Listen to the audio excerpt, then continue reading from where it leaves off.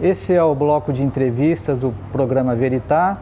Nós estamos hoje com dois doutores aqui ao meu lado, que é o doutor Fábio Angelioleto, professor do mestrado aqui da UFMT na área de Geografia, e o professor Juan Pedro Ruiz, que é professor titular de Ecologia da Universidade Autônoma de Madrid. Doutor Fábio, qual a importância da ecologia urbana para o desenvolvimento das nossas cidades? Bom, a ecologia urbana é a ecologia das cidades, né? Durante muito tempo, os ecólogos se preocuparam em pesquisar como funciona a natureza, mas longe dos ambientes urbanos, né? E nos últimos 20 ou 30 anos, os biólogos perceberam que as cidades têm uma influência muito grande sobre a biosfera, para o bem e para o mal.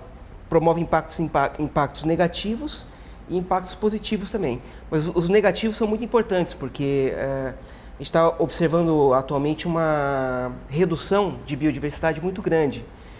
E isso tem um impacto na vida das pessoas muito importante, porque, por exemplo, nós precisamos de uma série de serviços ambientais, digamos assim, que a natureza presta. Polinização, a produção de água limpa, por exemplo, todos são serviços que a natureza nos fornece, digamos assim, né? Então os ecólogos passaram a tentar entender como as cidades funcionam do ponto de vista ecológico, para usar esses conhecimentos para planejar melhor as cidades, para reduzirem os impactos e também para melhorarem a qualidade de vida das pessoas. Professor Juan Pedro, quando a gente pensa em meio ambiente, normalmente a gente pensa em alguma coisa relacionada com florestas, com rios, mas de certa forma o meio ambiente também é nosso quintal, a cidade que nós moramos, né? O senhor podia desmistificar isso com relação ao que é meio ambiente? Como o professor Fábio falou, a gente efetivamente quando pensa em ecologia, pensa na floresta amazônica, a Mata Atlântica, os arrecifes de coral, mas isso é porque a educação e os mídia fazem uma imagem muito compartimentalizada das coisas. E as coisas têm mais conexões. Então, a saúde da gente, a qualidade de vida da gente fica envolvida em seu contexto. E isso é o que chamamos ecologia. Ecologia não é só a floresta amazônica, a ecologia acontece nas cidades. Ecologia não é boa nem ruim. Ecologia é as relações dos seres vivos, incluindo os macacos humanos, não é? Então, quando nós pensamos em nossa vida e pensamos nos aspectos de saúde, normalmente pensamos como uma coisa isolada de outras circunstâncias. Então, é muito importante quebrar esse isolamento e entender que há muitas relações que involucram a qualidade de vida, a experiência humana cotidiana, diária, com a qualidade do ambiente. Isso é o que nós tratamos de pesquisar. Okay. Doutor Fábio, qual que é a importância das hortas urbanas? Qual é a importância da urbanização, das plantas dentro de uma cidade? Esse é um tema fascinante, que como eu estava dizendo para você, Altemar, é um tema das nossas pesquisas atuais aqui no mestrado em Geografia, né? A gente vai passar os próximos 5 anos, talvez, pesquisando que plantas existem aqui na cidade de Rondonópolis, quais são os usos que as pessoas fazem dessas plantas e como usar a vegetação urbana em prol, de um lado, de dar suporte à biodiversidade, suporte a pássaros, a uma série de animais, e de outro lado, melhorar a vida das pessoas. Então, eu estava comentando que as cidades são ecossistemas fascinantes, porque eles dependem do entorno, né? Como não existe uma produção fotossintética muito grande, as cidades dependem de um entorno muito vasto para conseguir alimentos, e isso causa uma série de impactos. Então, uma maneira de diminuir os impactos que as cidades causam na natureza e, ao mesmo tempo, melhorar a qualidade de vida das pessoas é promover a agricultura urbana. Quando a gente fala em agricultura urbana, dá um nozinho na cabeça das pessoas, né? Porque elas pensam assim, mas a agricultura é na zona rural, Zona urbana é o oposto de qualquer tema agrícola, mas isso não é verdade. Para você ter uma ideia, doutor Altemar, a FAO, que é o braço da ONU para a alimentação do planeta, ela calcula que 14% dos alimentos do mundo são produzidos em ambientes urbanos. 14%? 14% com potencial para dobrar. Quer dizer, a gente pode chegar a 28% dos alimentos produzidos no mundo, inclusive proteína animal, que é mais complicado de produzir, né? Dentro de ambientes urbanos. Como? Planejando as cidades para se tornarem mais amigáveis para a produção agrícola. Né? Então não é simplesmente jogar a semente lá e deixar nascer, não é mais complicado. Tem que ter planejamento urbano e uma série de políticas para que as pessoas consigam plantar nas cidades alimentos mais saudáveis, com menor uso ou com nenhum uso de pesticidas, né, nenhum uso de agrotóxico.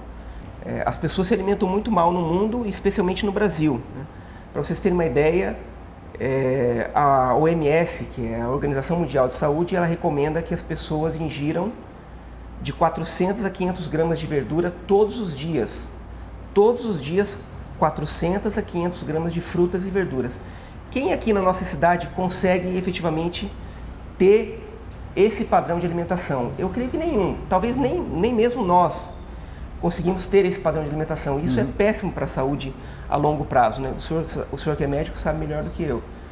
Então, um dos nossos objetivos aqui com o professor Juan Pedro, com a parceria com a Universidade Autônoma de Madrid, é encontrar formas de aumentar a produção agrícola. Por exemplo, plantando árvores frutíferas nos quintais. Porque a árvore frutífera, ela dá alimento para as pessoas e ela também dá alimento para a fauna.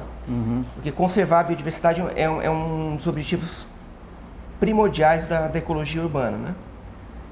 Ok.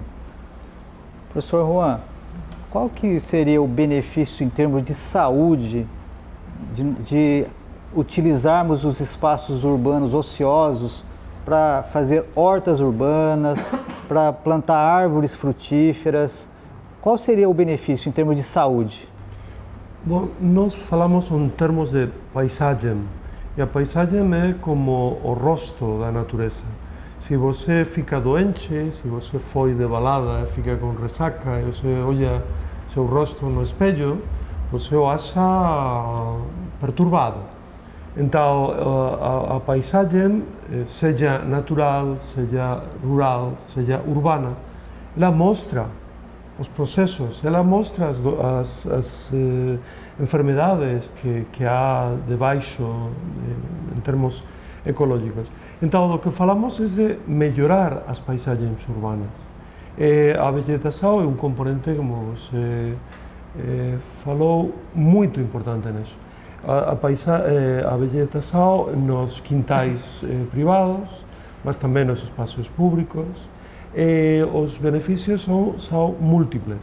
Eles são psicológicos. Há muita evidência científica de que a gente que fica agindo, reagindo, atuando com as plantas e os animais, fica melhor em termos psicológicos, em termos de restauração psicológica, em termos de muita evidência de, por exemplo, os meninos autistas com certos animais de companhia. De companhia mesmo. De companhia, ou a gente se relacionando com as plantas.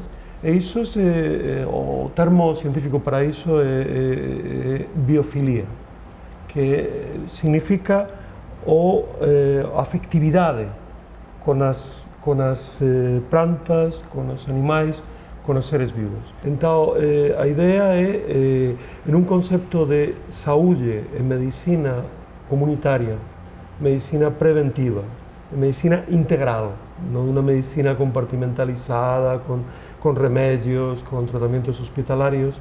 Se a medicina vai na vida da gente, os hábitos de vida, como a alimentação, como o exercício, como as relações sociais, são muito importantes na saúde integral da gente. Nós vamos dar um ligeiro intervalo, voltamos a seguida com esse tema.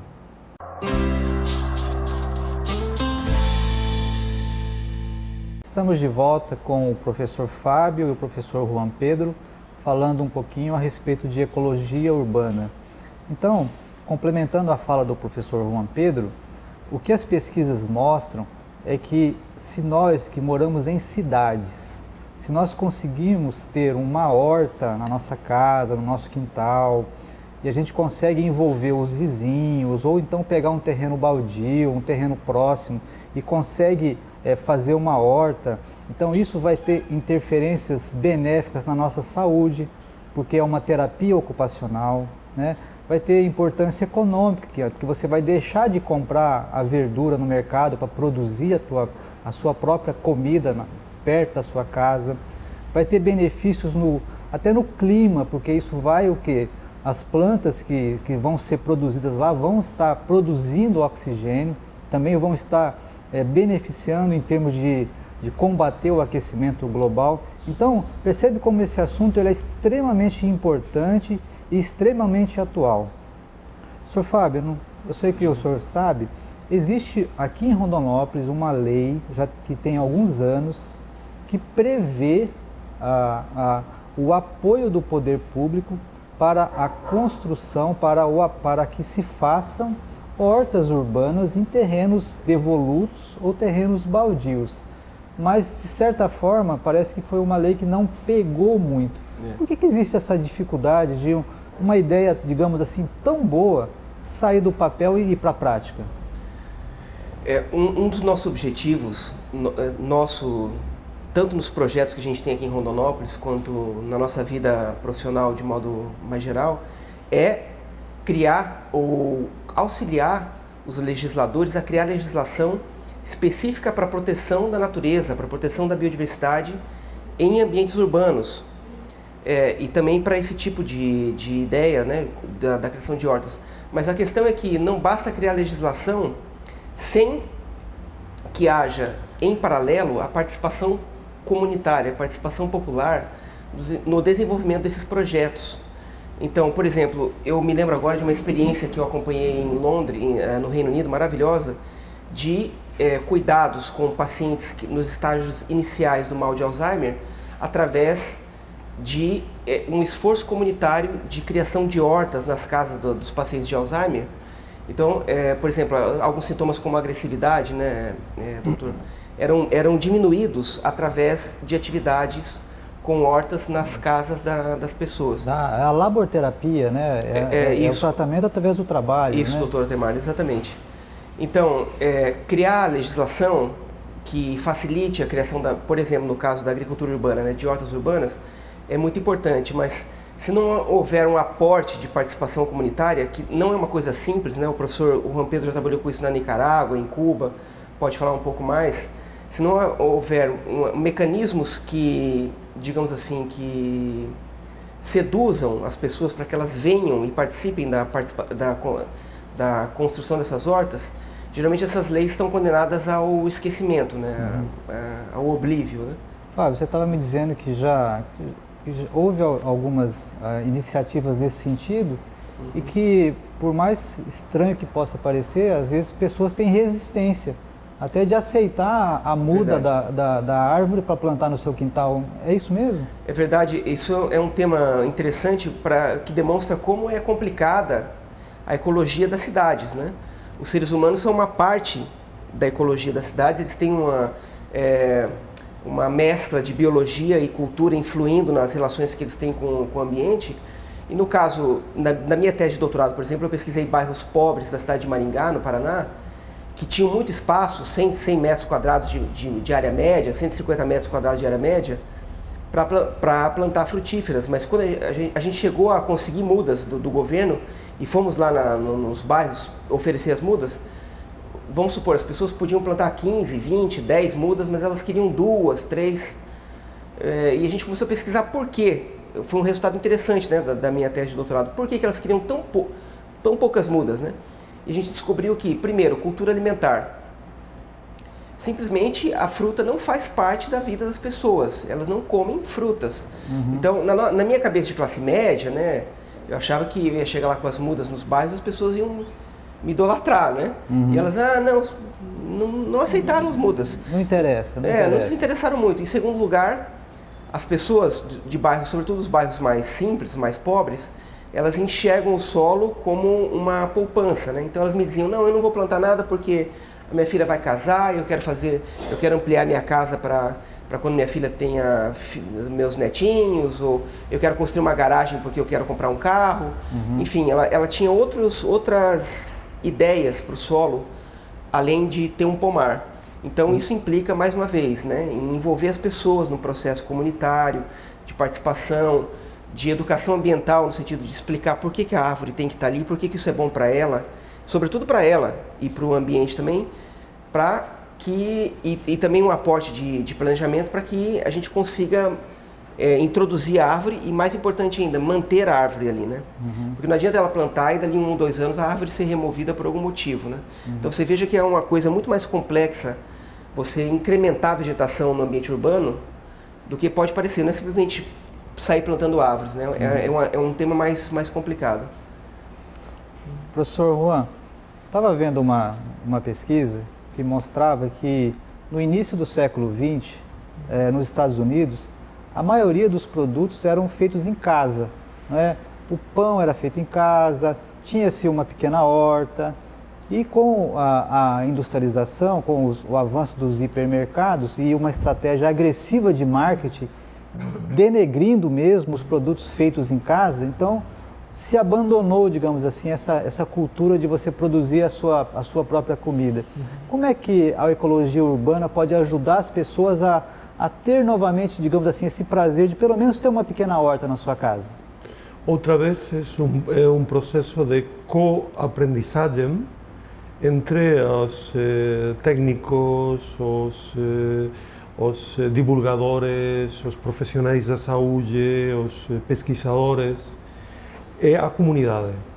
Então, há muitas experiências no mundo inteiro, na Europa, em Brasil mesmo, na América Latina, Norte América, na Austrália, em muitos países de Ásia, para criar uma nova cultura em que a gente fique envolvida em suas vidas que estão agora manipuladas por los mídia e por los grandes interesses comerciais. A Nestlé, as grandes multinacionais, eles manipularam a alimentação da gente, a alimentação infantil, com uns fins de lucro muito claros. Então, como você falou, há muito perdido. Se trata de criar, de imaginar novas formas em que a gente fique envolvida nestes processos. Algumas delas têm que ver com a economia, por suposto, porque há novas marcas regionais, podem ser um estímulo para o desenvolvimento rural, de criar produtos de mais qualidade, mais artesanais, em contra dos monopólios das grandes multinacionais, mas também é muito importante que a gente, que tem uma cultura de preparar geleias, de preparar produtos, algumas conservas, isto é importante em termos não só quantitativos, como o professor Angioletto falou, mas em termos da própria identidade da gente, a própria satisfação. Na Europa isso é muito vivo ainda, né, professor? A produção artesanal, né, de queijos, de geleias, isso ainda é muito forte, não é? Ele é complexo, porque também perdeu muito campo em frente das grandes distribuidores multinacionais, mas sabe, houve um processo de rejuvenescimento das pequenas comarcas, mas geralmente é mais rural. Por exemplo, no noroeste de Espanha, na Galícia, que é uma região muito interessante, ainda há um componente muito forte de agricultura familiar. E, por exemplo, o trabalhador pode ficar trabalhando numa usina de automóveis, mas ele torna na noite a casa e tem ainda uma horta, e isso é uma parte importante de sua atividade e de seu complemento alimentário, mas há muito trabalho por recuperar essas atividades. E acho que no Brasil, que a gente tem ainda umas vinculações com a terra, acho que há muitas oportunidades em sítios, em cidades como Rondonópolis ou cidades médias, há muitas oportunidades, é muito importante desenvolver. Fábio, eu percebo que é um assunto que é para gerações, né? Sim. E que se a gente não conseguir envolver os alunos desde o ensino médio com relação a essa noção de ecologia urbana, de cuidar-se da cidade mesmo, eu acho que é difícil, né? Parece que você leu meus pensamentos agora, o professor Juan Pedro falando, e eu pensando aqui, relembrando que existem muitas evidências científicas que comprovam que se as crianças são envolvidas em atividades de educação nutricional, sobretudo aquelas que têm a construção de hortas nas escolas, elas se tornam adultos mais propensos a consumir verduras, por exemplo. Sim. Então, a educação, esse é outro ponto que é bom de ser dito, que a gente tem esse desafio, no caso da agricultura urbana, de alimentar melhor as pessoas, né, e diminuir os impactos da agricultura convencional. Isso passa também por projetos de educação ou por uma política de educação nutricional mais consequente nas escolas, né?